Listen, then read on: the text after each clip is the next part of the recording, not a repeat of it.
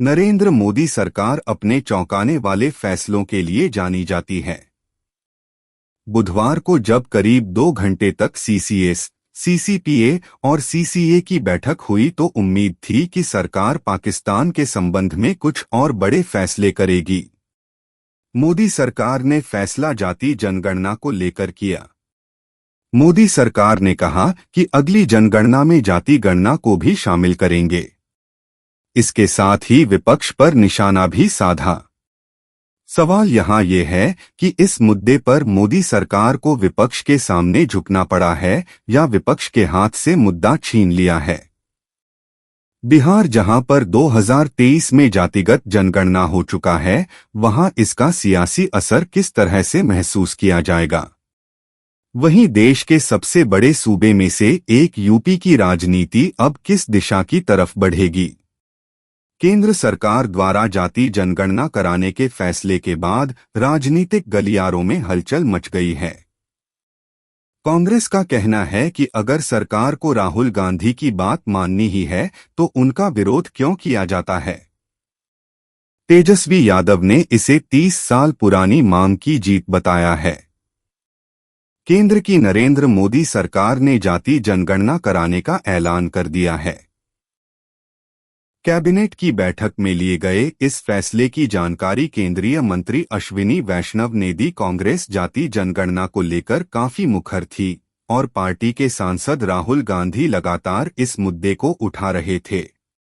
कांग्रेस समेत तमाम विपक्षी पार्टियों ने सरकार के फैसले पर प्रतिक्रिया दी है और पूछा है कि कहीं ये हेडलाइन मैनेजमेंट तो नहीं है। कांग्रेस प्रवक्ता पवन खेड़ा का कहना है कि सरकार तो राहुल गांधी पर समाज को जातियों में बांटने का आरोप लगा रही थी, तो क्या सरकार अब समाज को जातियों में बांटेगी। उन्होंने कहा कि जो आज तक राहुल गांधी पर जातियों में बांटने का आरोप लगा रहे थे, अब वे ही इसे सरकार का मास्टर स्ट्रोक बताएंगे।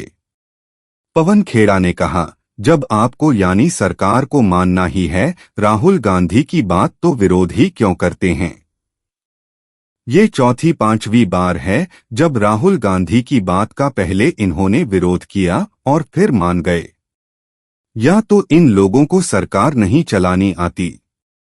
पवन खेड़ा ने बताया कि सामाजिक न्याय के लिए पहला कदम जाति जनगणना है और इसके साथ कई और कदम उठाने पड़ते हैं और उठाने चाहिए। कांग्रेस नेता ने इस बात पर कि ये जाति जनगणना कांग्रेस का कार्ड था। पवन खेड़ा ने कहा कि ये हमारा कार्ड नहीं था। राहुल गांधी कहा करते हैं कि जनगणना एक एक्सरे रिपोर्ट है और उस रिपोर्ट को देखने के बाद आगे का फैसला किया जाना चाहिए। राजद नेता तेजस्वी यादव ने कहा, यह हमारी 30 साल पुरानी मांग थी। यह हमारी, समाजवादियों और लालू यादव की जीत है।